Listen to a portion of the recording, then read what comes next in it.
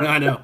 Hey, welcome to another episode of Idiocracy Talk Radio. I'm Dr. B. We got Josh and Matt with me, or P Daddy Josh with the hairy ass chest. We'll see more of that later on. Anyway, on today's episode, we're going to talk about the Cincinnati Reds. We're going to talk about the Angel Reese, Caitlin Clark controversy, or drama or circus, whatever you want to call it, and a few more. Before we get kick-started, want to wish everyone a happy Memorial Day, especially to our veterans of all the branches. Obviously, today is a day to celebrate those individuals that gave the ultimate sacrifice or have passed away that served our country, so we can memorize them.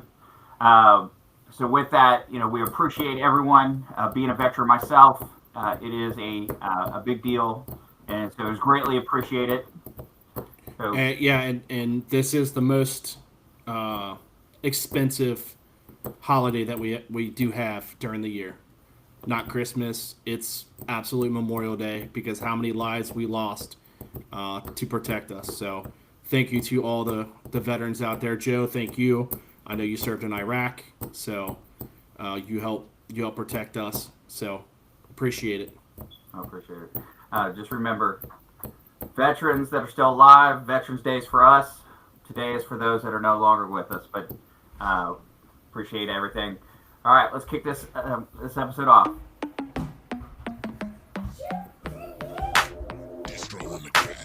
It's idiocracy, but you gon' see the value and respect though when you talk with me. So come on, baby, walk with me. It ain't a topic that the crew can't touch. Share our views and our vibe. What we hide? It ain't much.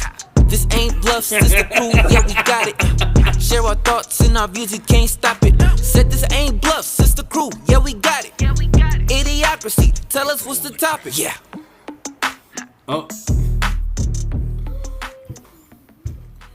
Matt's bringing out the Trump hat. He's got a little bit of hair now. Okay. Memorial Day weekend. I'll get out my Yeah, face. buddy. So, all What right. you thinking about? Lots of shit. Like the fact that as Matt walked away, there was a fucking hairy ass chest on the screen. Matt, you missed it. I mean, you did say it was going to come out It was one way or coming. another during this Let's show. be So honest, like, holy shit. I may as well get it out early. All right. I just want to know what this question is later, if you're coming out, Josh, or not. Okay. I mean, you might tempt me, buddy. All right, so let's talk about. You do suck in that cigar pretty good. I'm just So saying. as of today, the Reds are 26-28. Now, I'm not I watch baseball. I don't track a whole lot, but I will say, I've always been one that I never really cared what the records are until midway through the season. So kind of after the All-Star break is what you're saying. Yeah. Got it. Thank you. That's So what right now they won tonight, so they're 27-28. No, I thought that was no. You're right. It is 27-28. So almost 500. Okay. We get it. You don't know as much. We get you. Right. So I got. So, what do you guys think? I mean, the Reds, I don't feel like they've been as impressive. I mean, they've got some quality players on the team, but do they have enough to make it to the next level? I think they have a shot to make the playoffs if they start. I mean, the problem with the Reds right now is they're not healthy. They have a lot of people, a lot of good players on the DL right now. Some of them are coming back. But their starting pitching has been great. Let's get that out of the way. Their starting pitching has been absolutely great this year. Their bullpen, completely different story. It seems we lost 2 games to the Cubs in this series because of the bullpen. They scored 6 runs on, I think, Friday, and then another 5 or 6 from the 6th inning on Sunday. So that's not good. You can't give up leads when you have them. Yeah, but also this bullpen has been overworked. You got to agree to that. Matt, and I appreciate you saying that, because that was going to be my next question. Is I've noticed that our pitching, yes, they do well, but at the same time, like I feel like we're leaving guys in too long. Well, last year it was we weren't leaving the guys in long enough.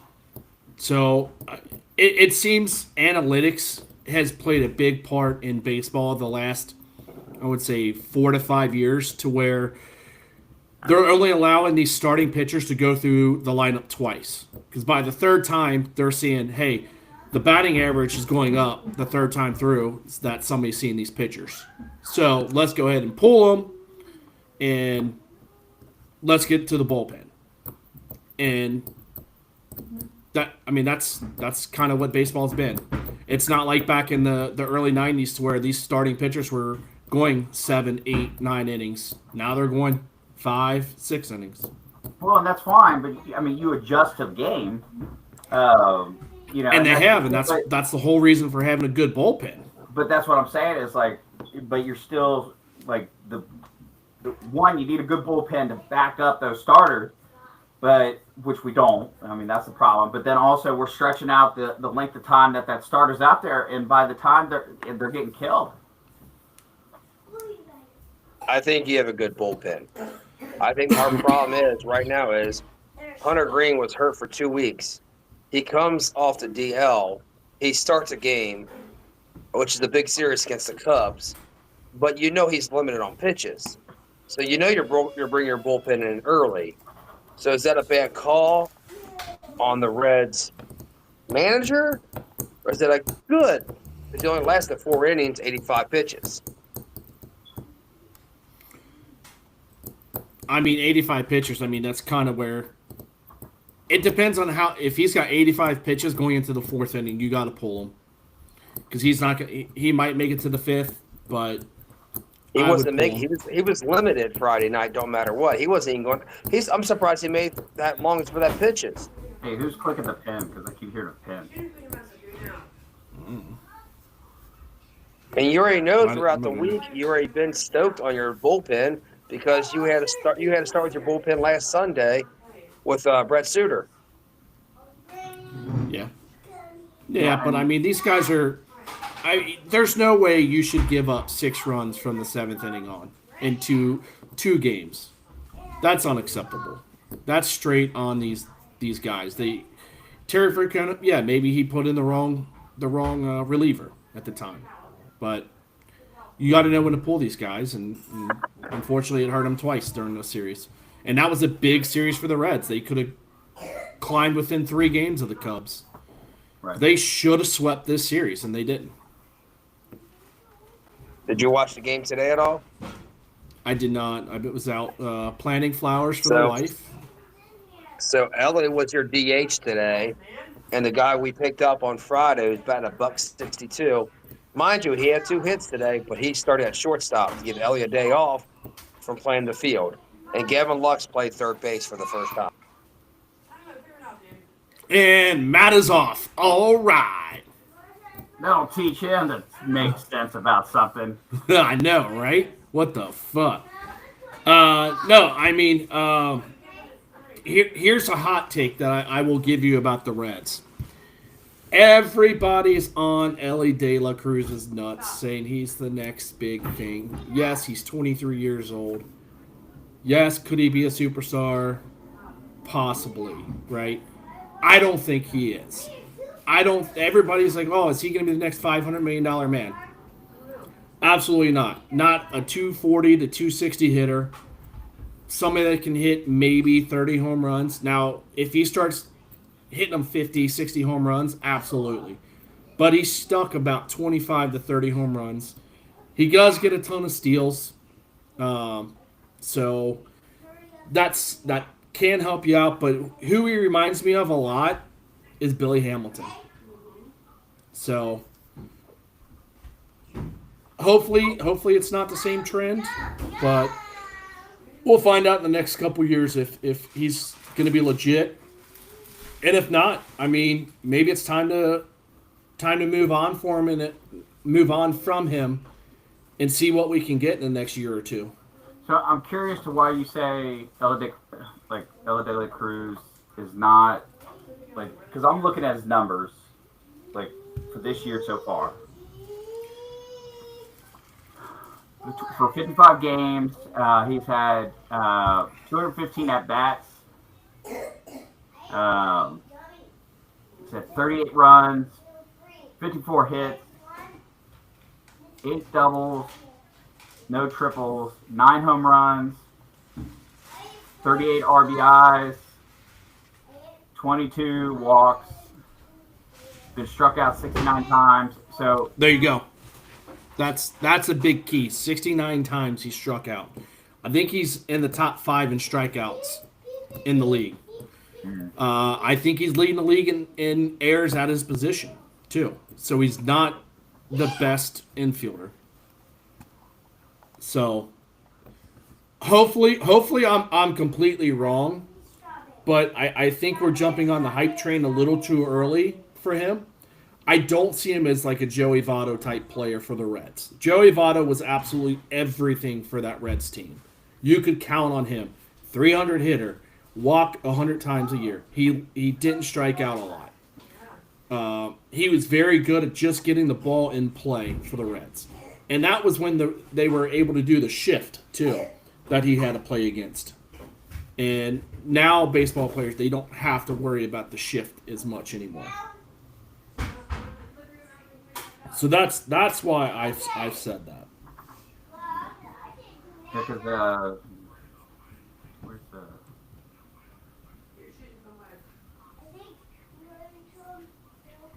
the average wise he's 16th for shortstops. Out of 32, so he's halfway. He's Half. about he's like middle of the pack.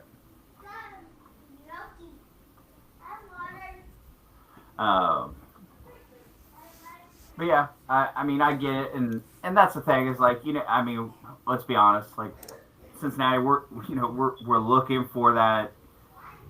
We want to go back to the World Series, and we're trying to find a way to get back. And when we see just that little glimmer of hope, like you said, we latch on, and unfortunately, sometimes it might be premature. And that's the funny thing is you go to all these bobblehead games at Ellie De La Cruz. Everybody's trying to get this bobblehead. Everybody's on this player.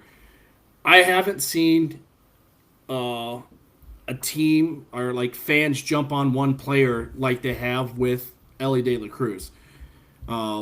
They didn't do that to like Votto for the first few years, but they've jumped on Ellie De La Cruz just because of his one hot start when he was coming up for his half season pickup. You get one of his bobbleheads.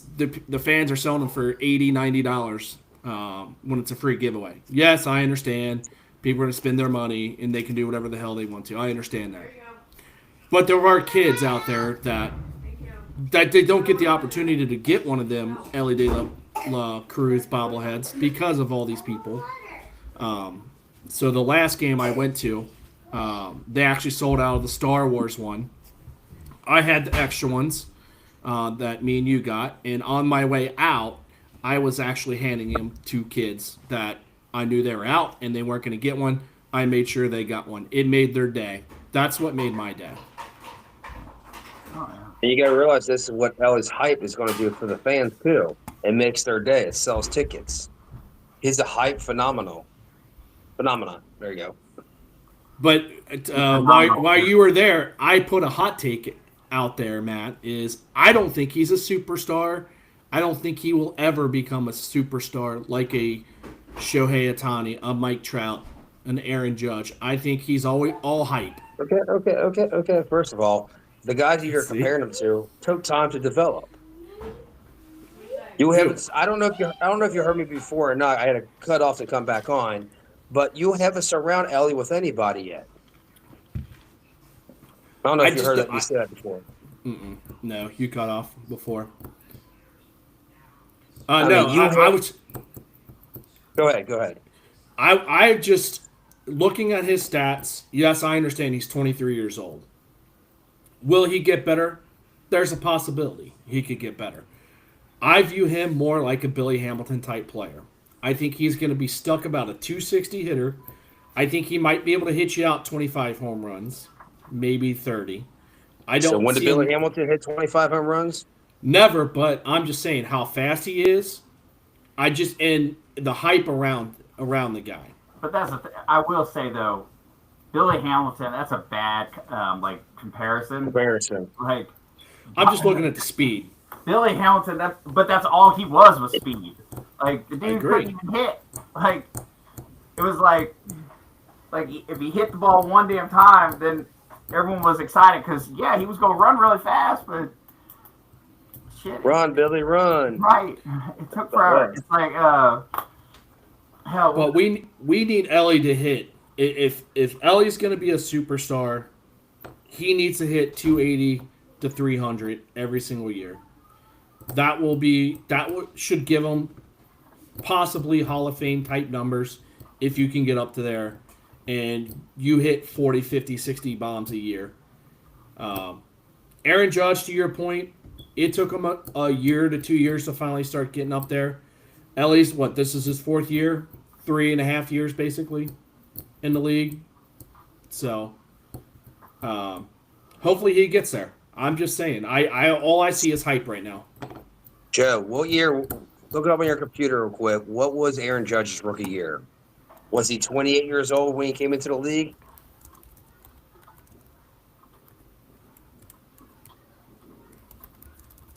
I believe he was 27 or 28 when he was a rookie. Aaron Judge was 24 when he entered he was young. Was he a full-time player? Look at the stats over the years. When do you see it start increasing? Player profile. Yeah, I'm looking. 2016, he played in 27 games. So here you go. He had 4 home runs, 10 RBIs. His second year, 2017, 155 games played, 542 at bats.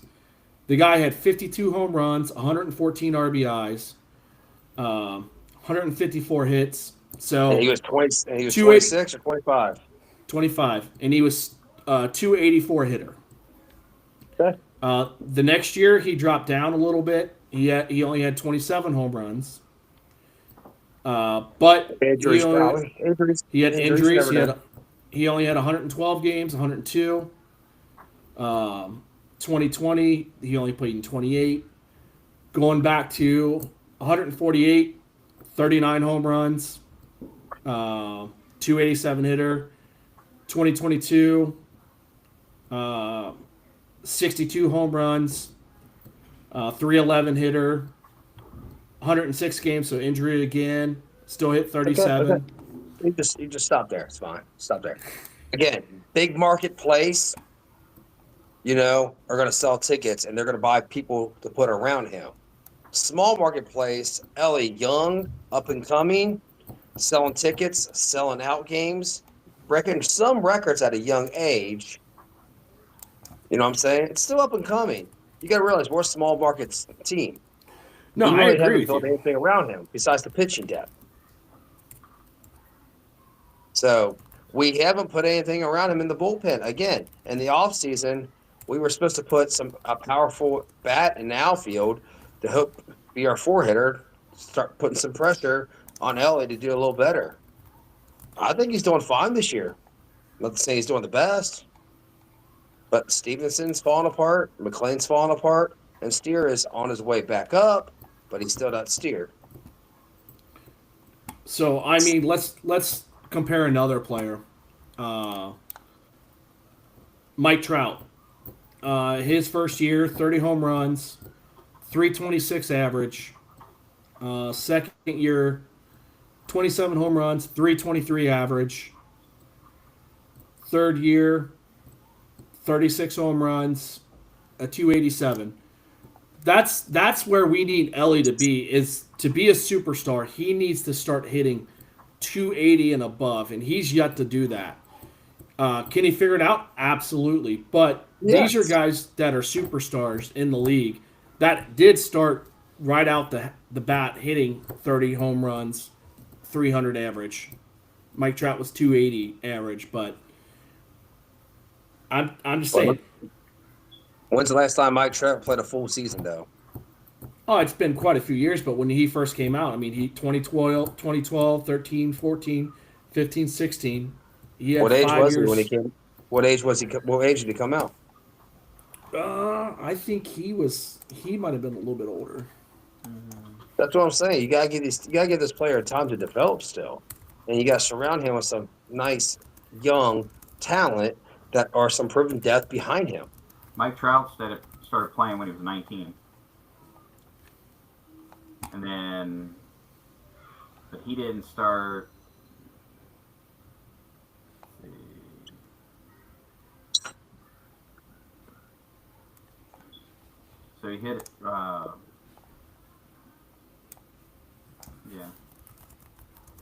He didn't start hitting those 36, 37, or 41, 29 home runs until he was in his 4th or 5th year.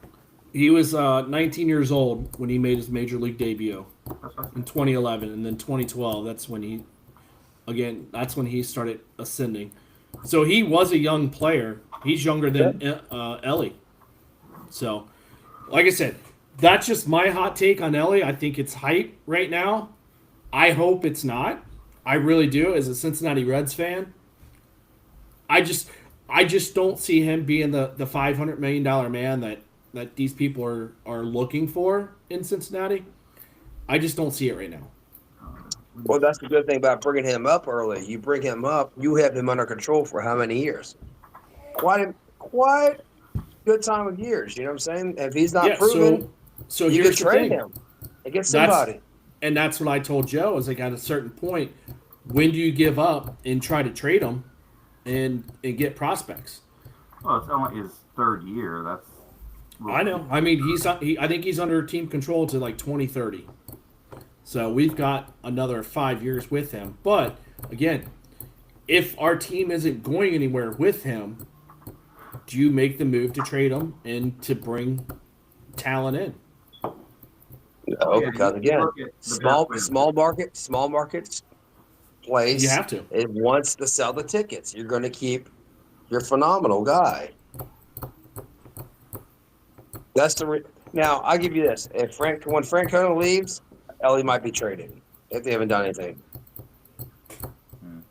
You reset with a new manager. Yeah. That's possible. I mean, we got it. I mean, unfortunately, Cincinnati's riddled with bad ownerships in Cincinnati. We do got one good owner so far, it seems like, with FC Cincinnati, but the Reds owner and the Bengals ownership, I don't have faith in either one of them right now. So what are you trying to say? You're going to become an FC fan? I've never been to a game, but I mean, they continue to put a winning product on the field. I will tell you right now, I've been to one game, and I tell you what, you need to fucking go if you've not gone. Like, I mean, I'm not a big soccer fan, Guys, trip! but I tell you what, it is fucking live. Like, holy shit! Like, I mean, They don't stop rooting. They do not stop cheering or rooting at all. Oh, they don't stop fucking shooting. I mean, they are fucking on the other team. Hell, even before the game starts, they have a fucking parade from one of the parks down to the stadium. They fucking run a parade all the way down. Like every game. Like it's crazy. Like and I think their tailgating's better than the Bengals tailgating. Really? Oh yeah, it's a parade. All right. I don't know Speaking of about that, where are we tailgating, tailgating this year, I mean, fellas? they have a fucking party, so I mean, hell, I've actually seen people purposely have their weddings at the same time as the parade's happening, so they can get photos with the parade. That's awesome. Yeah, like it's that big of a fucking deal. Like I'm like, holy shit! Like we need that for the Bengals or something, you know? Like, I mean, they got a fucking drum parade, everything. I'm like, damn! They mean got a little fucking guy that leads the thing, and he's mean as shit. It's funny. But get back to the Reds. I think we need some offense to start coming up strong in here the next 3/4 of the season. Offense, Yeah, I mean, I don't see the Reds are still in a good place. I mean, they're only 5-6 games out of first place. They're only a few games behind the wild card. I mean, it is what it is. It's still early. we still got another month of baseball to really determine where this Red season's going to go, and if we're going to become sellers or buyers at the All-Star break. Because we got to realize 2 years ago, we were not supposed to contend and be 500, 82 and 82 that year. Yep. But then we extend Bell for one more year. Then we actually had a down year. Then we went out and got Francona. But gotta give the guy a chance. If he makes a wild card this year, or close to a wild card, I think that's props to Tito for what he did. Oh, absolutely. I was excited to bring in Francona. I got tired of the David Bell experiment. I didn't see the team going anywhere. Well, he would get kicked out a game a week, so he only coach 4 games a week. Yeah, true. So, speaking of, it's actually a good little segue, talking about getting kicked out of games and stuff like that. Let's talk about some drama. Okay? Love drama. Drama. All right. So, Angel Reese and Caitlin Clark. Now, I don't know if you kept up with this circus, and I call it a circus because, I mean, you got 2 young ladies that are on my personal opinion, on completely different sides of the spectrum when it comes to capability. Okay, I mean, you got Caitlin Clark. I mean, just to give you some stats, okay? So let's look at stats here. So Caitlin Clark, this season so far, she's played for 178 minutes. She's had 30 field goals. She shot 60, so 50%. Okay, shooting rate. She's had 11 2-pointers out of 18 2-point attempts, 19 3-pointers out of 42 3-point attempts. So she's taking a lot of shots. Okay. Then rebound-wise, she ain't got as much. She's got 36 rebounds. Now, Angel Reese, other side. Okay, she's been 154 minutes played. She's got 57 field goal attempts, so just 3 shy of Caitlin Clark. She's made 22 2-pointers. She's only made 1 3-pointer. And then her rebounds, she's got 70 rebounds. Now, here's the thing that I argue with, like, her rebounds and stuff like that, is the reason the girl has so many rebounds is because she's rebounding her own shots. If you've ever watched Angel Reese take a shot, she misses so many damn times, and she catches her own ball, shoots it back up, catches the ball, throws it back up. But Angel Reese keeps coming at Caitlin Clark. Like, why is it that they keep putting a target on this girl's back? Like, it's not like she's running around, or at least, I mean, when you watch the game and you watch the interviews and stuff like that, Caitlin Clark's not running her mouth. Like, she's not talking shit. She's playing the game. But they keep coming after her. So let's go back about 3 years. Let's go back to where they were both in college, and Caitlin Clark was at Iowa, and Angel Reese was at LSU. This was the year that LSU won the title. Apparently, a lot of the games, Caitlin Clark would go like this or do something to her opponents, right? She would cause issues. Angel Reese took exception to that when they played in the national title game of that year, and did this to Caitlin Clark and kind of called her out over the bullshit that Caitlin Clark was pulling that year. So all the drama started about there, and then you had Angel Reese like, hey, I just won the title, you didn't. Sorry. So it started 3 years ago. 2 years ago, it really wasn't that bad until they started both getting into the ability to be drafted, and then all the stuff started coming out, and Angel Reese complained, and it just gone downhill for that. Well, no, it was actually 4 years. I forgot this is their second year in the league. But you're right. There's a lot of drama between the two. It started a few years ago because everybody was pretty much hating on Caitlin Clark because she was the best college basketball player at the time for the 2 years that Angel Reese was there and became a name. I think it's clout. I think it's all clout. I think Angel Reese wants to become a name. She's getting behind all these big stars in the WNBA, and Caitlin Clark's the reason why. Well, and that's, to your point, like, I agree. Like, 100%, it did start in college. And, Caitlin Clark was not, quiet in college. I mean, but she was a college player. I mean, this is not offensive, Even Angel Reese going like this and going, I got the ring. Not offensive, okay? No. Big deal. Like, that's some, it's some shit talking, okay, but it's nothing dramatic, anything like that. But then you go fast forward, and now we're in the WNBA, and you got like Angel Reese, like talking about how she should be the number one player, like she should have all it. Like it's like, girl, have you looked at your stats? Well, I mean, she absolutely is not a number one. If you redrafted that team, I don't think she would go in the top 10 the way she's played. Yes, she can rebound the ball. She cannot shoot to save her life. Like you pointed out, I was watching TikTok videos, and the TikTok video for the bet was, does Angel Reese miss her first shot? 2 games in a row, she's missed her first shot on layups. Mm-hmm. You should be able to make a fucking layup in the WNBA. Right. Right? So, it's... I don't understand why she's been that bad with shooting this year. Maybe she should quit fucking making commercials and going to McDonald's and making her own fucking Happy Meal or meal. Concentrate on your craft at basketball.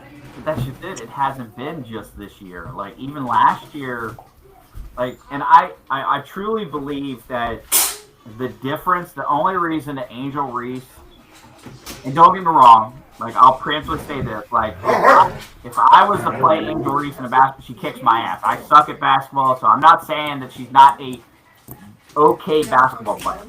What I am saying, my ass too. But what I am saying is that the only reason she did so well in college, and that she's been doing so well, even though she's got shitty stats, doing well now, is because she's surrounded by talent. Correct. If you take away the other talent and you put her on a mediocre team, her stats plummet. And they're already shitty. Yeah. So let's go back to their college years. Go back to college years. It's always been a rivalry between them two. Yep. Good versus evil. And when she made it to the league last year, they both were rookies. She said she wanted to be that villain. Reese did. Yep. Against Caitlin Clark.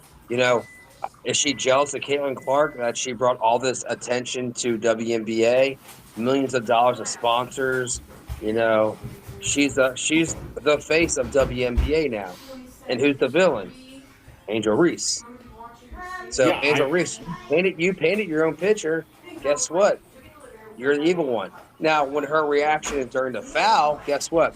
Before the foul even happened, she pushed a player. Pushed. Okay. No foul? Definitely pushed the player. She pushed the player. Yeah, Simple as this. Caitlin Clark get a hard foul on her, so she wouldn't be able to make an easy shot. Guess what? Go to the free throw lines and make your shots. But the way Angel Reese reacted afterwards shows her true color and how much she hates Caitlin Clark. Oh, yeah. Oh, absolutely. I mean, Caitlin Clark, for all of her rookie year, she was getting hard fouls. She would get up, shake it off, go hit the free throws. She was getting beat on by a lot of these WNBA players because, unfortunately, it's jealousy of what she brought into the league. Because these players weren't good enough to bring the attention to the WNBA like Caitlin Clark has done. And it's funny how they want to bitch and complain about how they're not making as much money as an NBA player, but yet when Caitlin Clark brings his attention to the WNBA, they're all jealous of how she's getting the attention. Guess what? She's bringing notoriety to you guys. Exactly.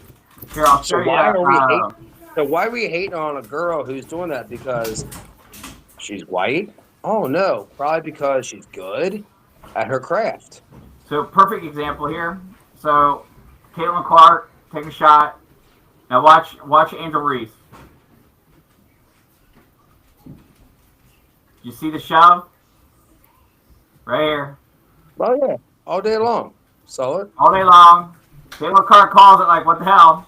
Why isn't there a foul? Okay. I'm not Now they going call to give you. foul.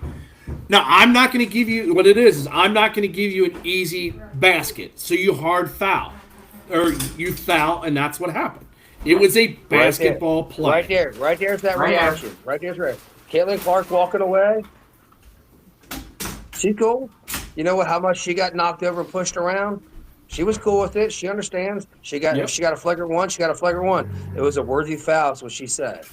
Exactly. Oh yeah, and she doesn't, and that's the thing. She's not arguing that she didn't get the foul. It is, she Yeah, called it. but look then at the you got- reaction, the shit talking from Angel Reese. How you have to contain her Look. because she realized how shitty of a player she is. She's jealous of Caitlin's Clark.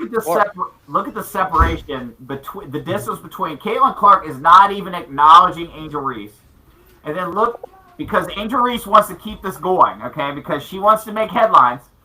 She got to make headlines.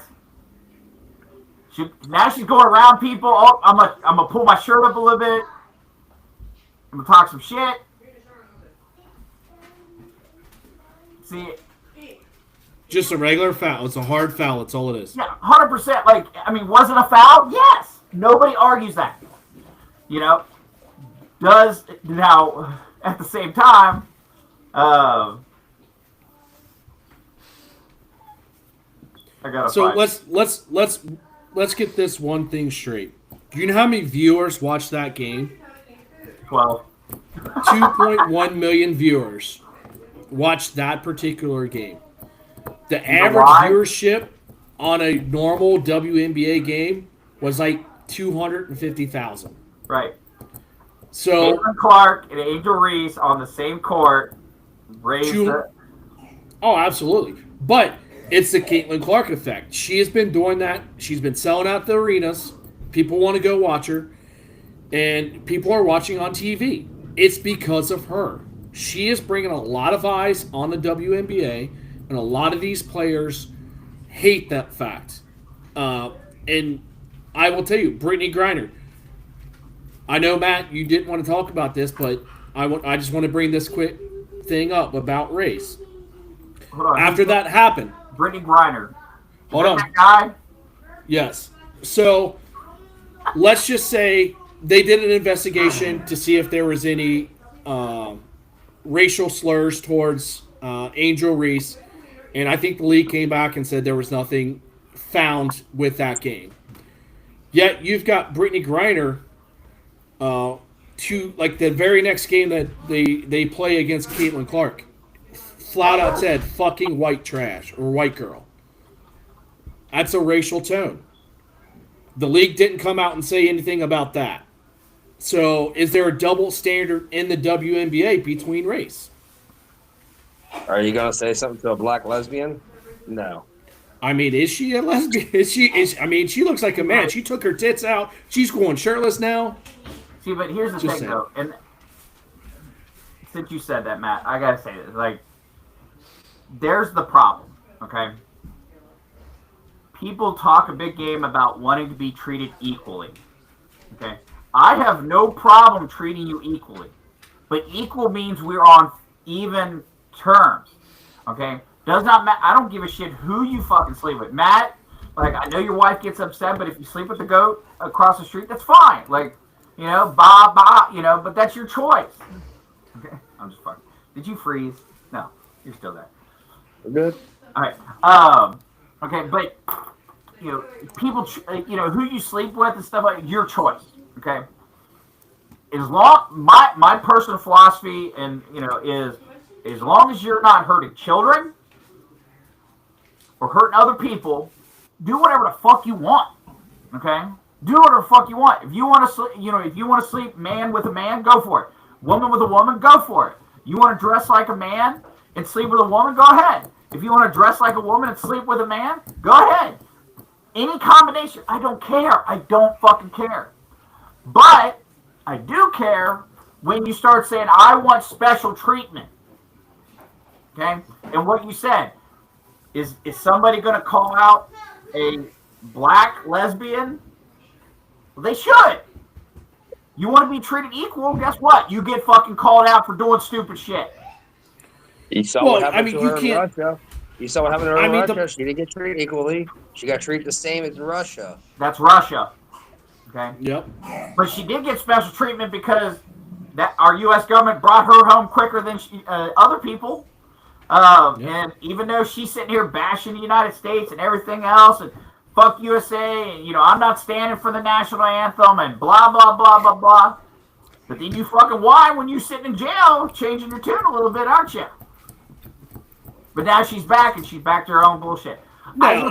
I mean, my whole point is how can you have an investigation over racial slurs, and then when you have this Brittany Griner come out and say what she said, like you got to set a precedent. You know what? You can't say this. But they you have got to that- suspend her. But that's just it. They have set a precedent. It's a double standard. Because That like I is said, 100% right. she holds certain cards in life where they don't want to touch that because the ESPN is brought to you by Disney. Oh, I know. I mean, let's face it. The only thing Disney's got right in the past 10 years is Lilo and Stitch.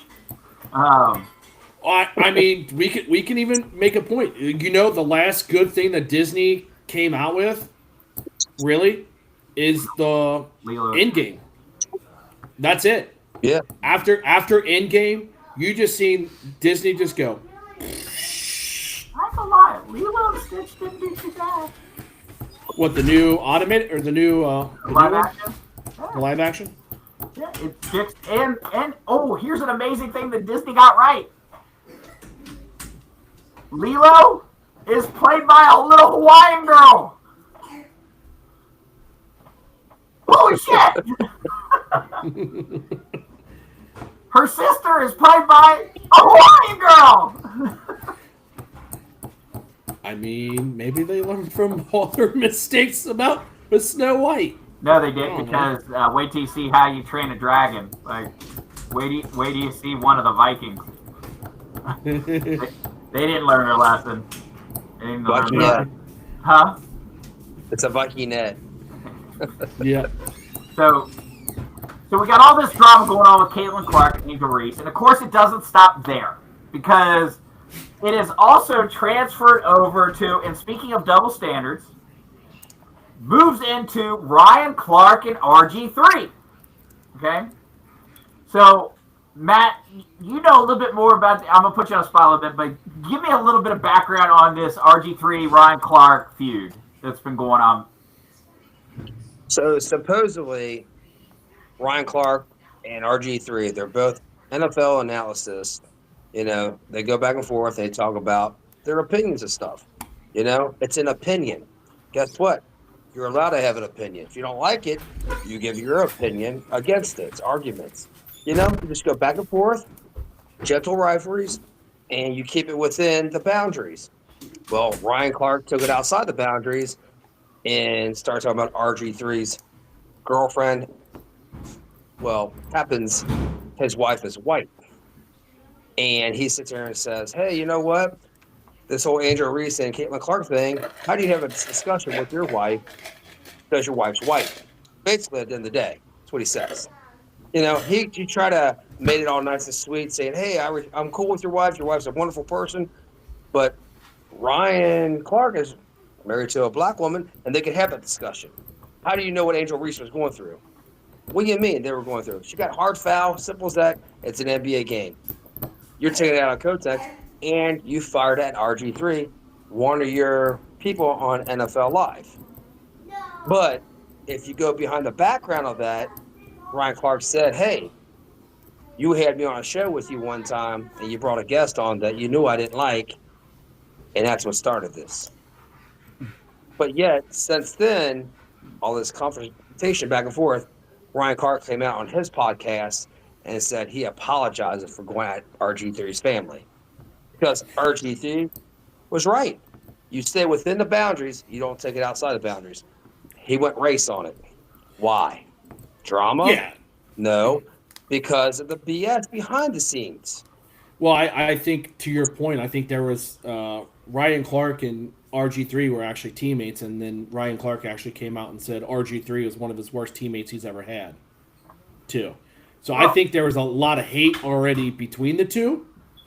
And but that's okay. You can have that hate. yeah, but it lets somebody have an opinion, and you know what? Attack their opinion. Well, and Don't go attack that's their the point. family.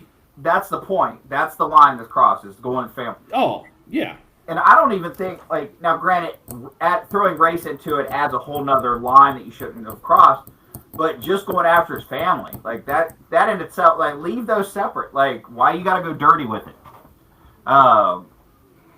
You know, there's so, and then unfortunately, like, But Joe, Yeah. hold on. Joe, hold on. go ahead. The reason he went into the situation because you see the social media and ESPN making it a black and white issue between Caitlin Clark and Angel Reese. It's not. It's a rivalry. It's all it is. Batman versus the Joker. It's all it is.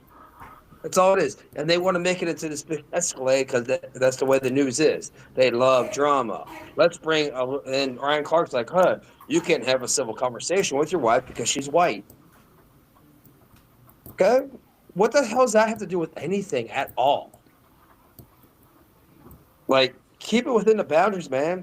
Like, it was a mutual opinion on a sports talk situation. He didn't bring your family involved, but guess what? You crossed the line. RG3 put you in your place, and guess what? You're the one apologizing like a bitch right now. Yep. I mean, that's the problem with a lot of these analysts is they want to bring race into it, and that clearly was not something racial that happened on the court. It was a hard foul that happened between a white player and a black player. That was a typical basketball play. Let's be honest, unfortunately, whether it's sports analysts, newscasters, whatever, they are looking for that hot button to hit that's going to rile people up, want people to watch their scenes or skits or whatever. And what is one of the number one things you can hit that's going to piss people off and get everyone fired up? Race. You know, and it's just, you know. Well, the funny thing is, he used his platform, Ryan Clark did, on his own podcast to bring this to fruition. RG3 just went on there and did a simple podcast and said, don't talk about my family. Right. Talk about my opinion all you want. Yep. And you have that right. But leave my family out of your mouth, basically. Yeah. Let's debate my opinion. Yeah, I mean, what's fine? RG3 go toe-to-toe with you all day long. But at the same time, these are both ESPN people. Now, let's see who has a job in the long run. I mean, I don't think ESPN's going to do anything. I think they got what they wanted with an apology, and I think he'll be fine. I personally like Ryan Clark as an analyst. I really do. I think he what do we got here? Oh, wow. Yeah. Wow. Get Really do. my name out of your Will mouth. Smith just smacked the shit out of him. And RG3 is going to tell Ryan Clark. His name out your fucking mouth.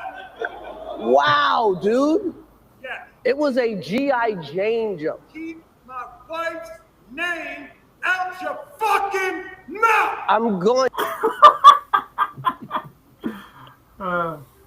I get it, but his wife was black, so make the Yeah. Now, I mean, And bald like G.I. Jane. joking. so I will tell you one thing. I really like Ryan Clark's takes when he covers football. Fuck Now- yeah, he's neutral. He's neutral. I love it. RG3, I can't stand his takes on the NFL. So, Yeah, funny how- but I back Ryan. I back Robert Griffin III on this one. This whole take. I will bash his takes all I want to in the future. So, but I won't bash his family. That's the thing with an intelligent person like Ryan Clark, man. Like, he was doing great as ESPN on football. You know what I'm saying? I love listening to him. I'm with you. He speaks professionally. He knows what he's talking about. And we do hate him because he's a Pittsburgh fan, but we accept him because he's a great talker about the game. It's about the game. It ain't about outside those lines. But you're taking it outside those lines because you're using your platform, again, for bullshit. Stay within the lines, man. That's what brings entertainment to the value. You want to go into the other world, like you said, you did on your podcast. Yep. All right. So, last thing we're going to cover, I remember at the beginning, I told you guys I had a question for you, and I wanted to see what your thoughts, what your opinions would be on this, okay? You ready? Let's go. No All choice. Who would win? 100 men versus one silverback gorilla.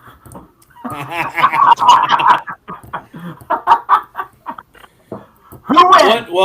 What size men are we using?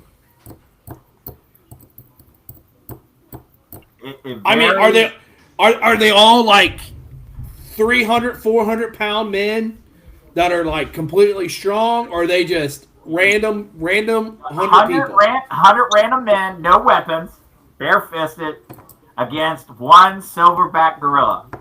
I give it Silverback to gorilla. 100 men. Huh? I give it to 100 men. It just Okay. takes Now, 20. You take 20 men and run a one silverback gorilla. He's not knocking them all out. I take the gorilla on that one. What I'm do you gonna think? take Why? the gorilla. Come on, talk to me here. What are we thinking here? I mean, You do- just You do Just hold on, the- you do 10 groups of 10 men. You're gonna wear that silverback out. so that's kind of why I was asking. I was like, if you get 250 pound strong guys, absolutely. You talking like this? Absolutely. But if you get randomly like Matt, you could be paired up with some guy that's 115 pounds and another guy's 140. You guys That's aren't perfect. taking that fucking gorilla. That fucking Bullshit. gorilla's gonna sling your ass like no other. He's gonna go grab one of you guys. Woo! Bullshit, because I picked that 140 pounder up and I throw him at the gorilla and I go low.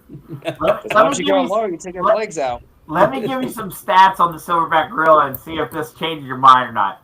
So it is estimated that a silverback gorilla is suggested to be 8 to 10 times stronger than the average human. Okay, they have they are capable of lifting and throwing objects weighing over 800 pounds.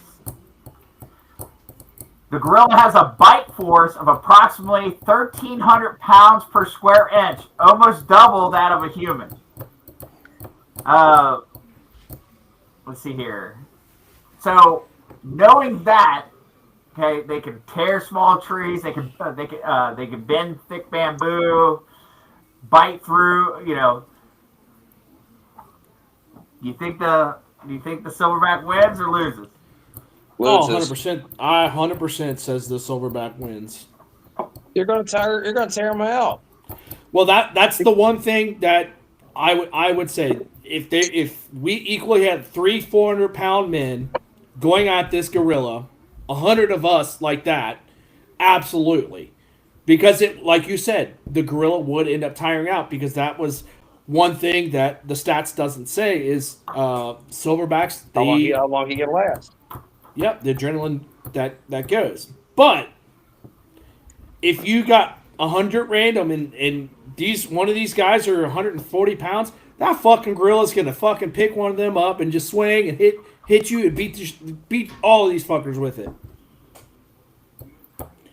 So, Joe, what is your answer? They're sacrificed. Yeah, that's the thing. I personally believe that the silverback gorilla is going to win. You know, because you also got to think. Like I'm throwing in extra categories here, but I don't truly believe that all 100 men are going to charge at that silverback gorilla.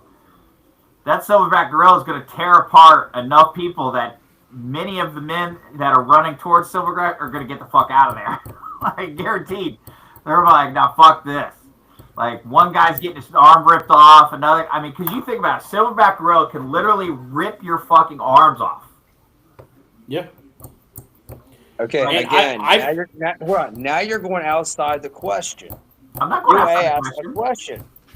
Can 100 people beat a silverback gorilla? Now you're going into, you're like saying that they could do this, they could do that, they could do this, do that. You're strategizing now. So Well, if even 100 if men 100 got together, If 100 people go after the silverback gorilla. I think the silverback gorilla wins because I think the silverback gorilla is At going one to time. pound At one the fucking- time. You got 100 grown-ass men going at a silverback gorilla from They're gonna 150 pounds to 300 pounds. Again, it varies. They can be tall, skinny, short, fat. They're going to lose because that silverback gorilla is going to tear the fucking shit out of people. Hitting people, you got to think he's not just going to be hitting one at a time. It's not like a boxing match. I mean, he's going to be, like Josh said, he's going to swing fucking people around, ripping arms I mean, off. I've actually seen a gorilla. It was crazy. The gorilla was walking in the woods, and the guy was like bent down. The gorilla grabs that guy's leg and starts dragging him like he's a fucking piece of paper. Like it was nothing, and he just let him go. Like that guy got lucky because if that gorilla really was pissed off, he would absolutely kill We're all gorilla experts here. him.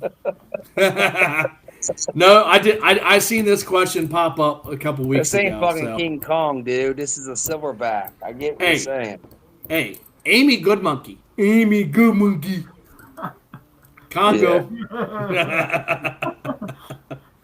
You bad Wait to gorilla. lead, You bad wait to lead gorilla. into a wait to lead into a question after we talk about the WNBA situation. Oh, what a dick! I didn't think about that. Hey, well, come on, man. Of all the people in the world, Hey, you're the one throwing it out here, okay? But that I just thought it was funny, like, because there's actually a. Here, hold on. there's a Netflix thing out for it. Like, there's actually like a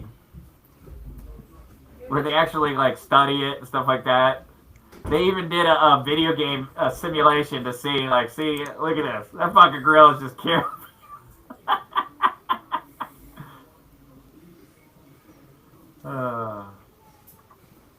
But yeah, I mean, fucking gorillas are beasts, dude. Like, I mean, obviously beasts, but no, I just thought it'd be fun to throw that question out. I saw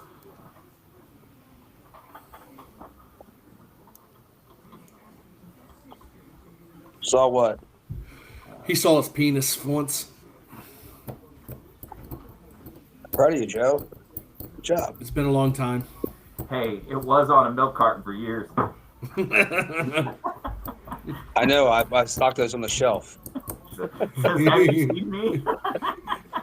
Got weird after a while. I was like, I know that guy. Don't ask why I know the identity of that. Oh, Brother does add 10 pounds. and a couple Oh, inches. man. So, all right, my friends. Always a pleasure. Again, for those that are listening, if you're listening live on YouTube, thank you to all the veterans that that are no longer here. Please pay your respects on Memorial Day. I know the day's almost done.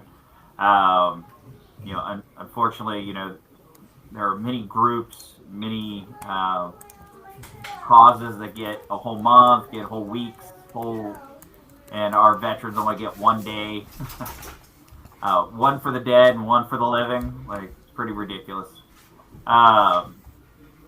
But appreciate everyone. Remember, if you're looking to listen, we've got our show is streamed live on YouTube on our YouTube channel, Idiocracy Talk Radio. You can also find us on Apple Podcasts, all the major podcast areas. And then we also have our Wow. yeah, I know, right? Stun the silverback. He's a bear. Oh. He's not a silverback. Yeah, I'm a bear, buddy. Got the bear paw. And we also have our TikTok channel. So many clips. Please. What's your website again? Our website. Yeah.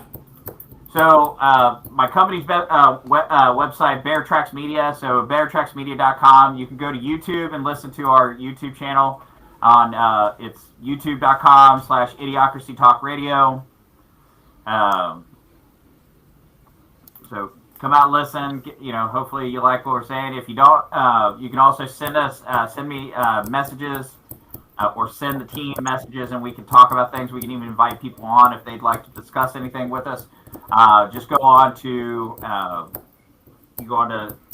actually you can send it to sales@beartracksmedia.com. And that will come to my company page where you can make any suggestions or anything. Again, it's sales@beartracksmedia.com. It's on our website as well. So, all right. With that, anybody got any final words? Yeah, again, when you do this, keep your comments respectful. Got any discussions, we'll be more than happy to discuss it. Let's just keep it on a good level, and let's not let the woke cancel us. And you are absolutely allowed to disagree with any of us and any of our takes, and we will be as professional as possible to your takes, even if they're terrible. I'm just saying. So what you're saying is we're not going to pull a Ryan Clark. Correct. No, we're not going to go after families. And to your point, please feel free if you don't agree with us or you agree with us. Doesn't matter. We'd love to hear from you. We're one of those generations that, we're strongly believe that you can have different conversations with people and still keep it civilized. You don't have to agree with us. We don't have to agree with you. But we can still maintain professional, not even professional, because let's face it, sometimes you might tell us to go fuck ourselves and we might tell you. But at the same time, we're not going to be upset with you at the end of the day, and hopefully you're not upset with us at the end of the day, because we respect you. At the end of the day, I'll still buy you all a drink. There you That's all go. that matters. And Cheers, guys. Cheers. And with that, This Crown Royal Blackberry is the shit. I'm just saying. you better be. You're hunting for that. It's idiocracy, but you gon' see the value and respect though when you talk with me. So come on, baby, walk with me. It ain't a topic that the crew can't touch. Share our views and our vibe. What we hide, it ain't much. This ain't bluffs, this the crew, yeah, we got it. Share our thoughts and our views, you can't stop it. Said this ain't bluffs, it's the crew, yeah, we got it. Idiocracy, tell us what's the topic, yeah. There you go, Matt. There she For is. you. There's Brittany Griner. Look at that hairy chest. This one? Yeah! And we're Yeah, ending you on that. froze, so I can't see you. Damn.